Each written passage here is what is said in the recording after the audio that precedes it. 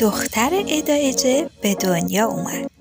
بازیگر ادا اجه متولد 1990 و 34 سالشه. اون در رشته روانشناسی در دانشگاه تحصیل کرده. ادا 2 خواهر داره و خودش کوچکترین عضو خانواده است. خیلی اونو با بازی در سریال معروف سیب ممنوعه در نقش یلدیز میشناسن. بازی در سریال سیب ممنوعه شهرت زیادی به دست آورد. ادا بعد از 4 سال رابطه با بسکتبالیست بورهان تونجر 31 ساله در سال 2023 ازدواج کرد. این زوج که به تازگی دخترشون به دنیا اومده اسم دخترشون رو مینا ایپک گذاشتن. برای دیدن ویدیوهای بیشتر کانالمون رو سابسکرایب کنید.